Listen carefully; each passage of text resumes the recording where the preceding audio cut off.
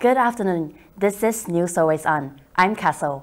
After a plea from reality star Kim Kardashian, President Trump agrees to free great-grandmother Alice Johnson, jailed for 2 decades for a non-violent drug offense.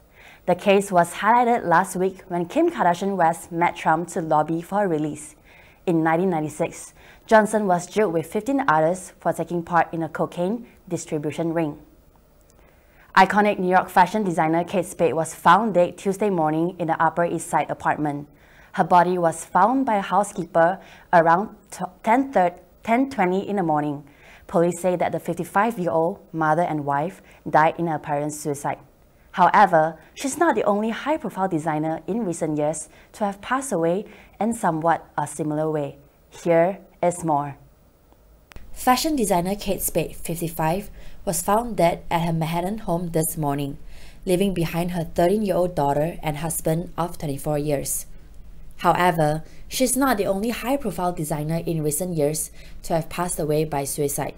2 other celebrities designers, Alexander McQueen in 2010 and Lawrence Scott in 2014, have killed themselves in a similar way. In February of 2010, Alexander McQueen hanged himself in the wardrobe of his London apartment and left a suicide note 9 days after the death of his mother. He expressed his devastation at the death on his Twitter account days before he died. According to a CNN report, officials later ruled the cause of the 40-year-old fashion designer's death as asphyxia and hanging. McQueen, whose real name was Lee Alexander McQueen, was the son of a taxi driver in London's East End. He has also starred Hollywood celebrities like Sarah Jessica Parker, Nicole Kidman, and Rihanna. Kate Spade's suicide, which shocked the fashion world on Tuesday, is somewhat similar to the 2014 death of fashion designer Lawrence Scott. Spade was found hanging from a scarf on a doorknob inside her Upper East Side home, while Scott's body was found hanging from the neck by a scarf attached to a door in a Manhattan home. Scott, a former model, designed clothes worn by a number of celebrities including Madonna. She had been singer Mick Jagger's companion for more than a decade and created many of Jagger's looks for the Rolling Stones' 50th anniversary tour. Coach bought the Kate Spade company last year in a $2.4 billion deal. Kate Spade's handbags created a huge sensation in the fashion industry in the 1990s, and her company, Kate Spade New York, had over 140 retail shops across the country and 175 internationally. Spade was born as Catherine Brosnahan in Kansas City in 1962.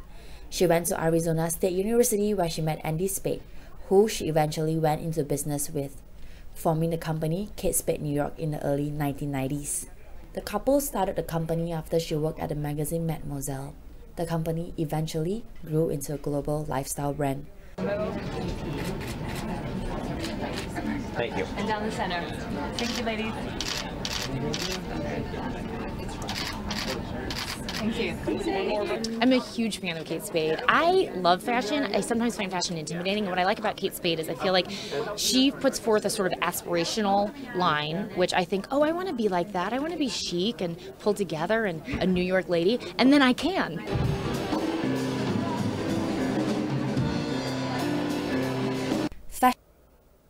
In Northeast China, a blast at an iron mine trapped 34 miners underground, killing 11 miners, while rescuers managed to pull out the other 23 miners to safety. The search continued for 2 workers that are still missing after explosives that were being transported to a mine blew up near the entrance on Tuesday afternoon in Benxi, a city in Liaoning province. The explosion damaged the mine shaft that was more than 3,300 feet deep, trapping 25 workers who were underground. 11 workers were killed instantly, while 9 were injured.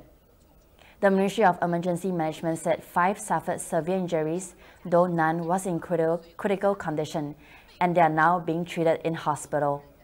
Although stated improvements in regulations, safety training, and equipment have reduced the number of deaths, China's mines were long the world's deadliest. Liaoning province has seen its share of accidents. That included a dust explosion in 2014 that killed 28 miners and injured 50. And now, moving on onto our third news of the day. Facebook says it has data sharing partnerships with at least 4 Chinese electronic companies that included Huawei, a company US intelligence previously flagged as a security threat. According to a BBC report, the agreements gave the Chinese firm some access to users' data to help them build Facebook experiences on their smartphones.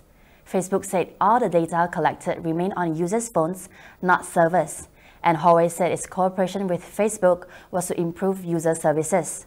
A Huawei spokesperson said, quote, "Like all leading smartphone providers, Huawei has worked with Facebook to make Facebook services more convenient for users. Huawei has never collected or stored any Facebook user data. It's been a while that Facebook is under scrutiny over how it uses members' information. The social media service has been blocked in China since year 2009, but the company has been trying to find other ways to access the massive potential market." 75 deaths have been confirmed so far from Guatemala Volcano, a toll that is expected to rise with nearly 200 people still missing. Let us take a look at the video. Guatemala's National Institute of Forensic Sciences said in a statement that only 23 victims have been identified, including 2 girls ages 3 and 6. Authorities in the area is evaluating whether it's safe to continue the search for survivors and the date on the 3rd day after the volcanic eruption devastated several small towns.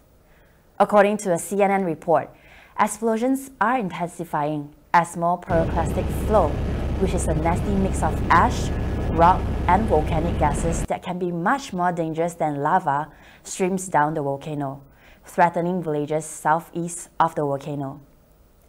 The scenes of devastation were accompanied by heartbreaking stories of whole families that were devastated by the biggest eruption from the mountain in 4 decades. With a woman named Lilian Hernandez, she lost up to 36 family members, including aunts, uncles, and cousins, and at least half of her relatives who died in eruption are believed to be children. Director of the country's Seismology and Volcanology Institute, Eddie Sanchez, said in a press conference Tuesday, quote, "The conditions are extremely critical at this moment, with explosions sending ash plume 16,000 feet into the sky." Guatemala President Jimmy Morales said, quote, "We are not only talking about what has been described as the volcano's biggest eruption since 1974. We are talking about a tragedy, a national mourning." The eruption of Volcan de Fuego, which means fire volcano, was visible even from space, as satellite footage showed massive dark gray ash cloud. According to Guatemala's government disaster agency, here's what the disaster in Guatemala looks like in numbers. More than 1.7 million people affected by the volcano eruption, with 46 people injured.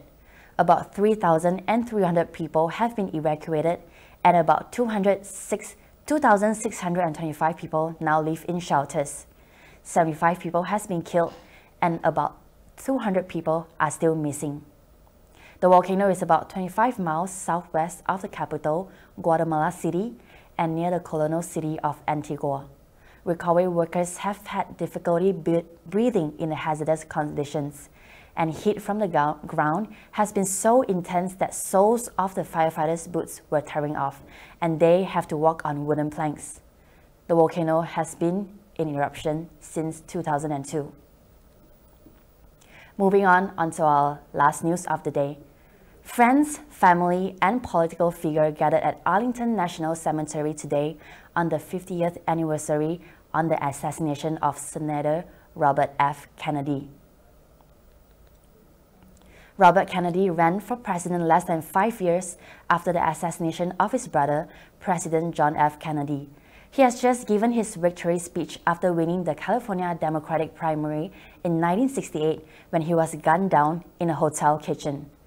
Today's memorial marks Kennedy's life and legacy and included several family members, along with remarks by Bill Clinton, former president. Elected officials and social activists also read excerpts from Kennedy's speeches. I would like to end today's newscast on a fun fact. I bet most of you know that New York's airport JFK was named after President John F. Kennedy, in memory of the 35th President of the United States following his assassination. But did you know that he installed a secret taping system in the White House? In the summer of 1962, Kennedy secretly installed a taping system in the Oval Office and Cabinet Room, and it transmits recordings to a reel-to-reel tape recorder in the White House basement. The president likely installed the system to help him in writing his future memoir, capturing many historical discussions between him and his staff. Looks like that's all the time we have for today. For more on this and the rest of today's news, click the subscribe button. For News Always On, I'm Castle. See you next time.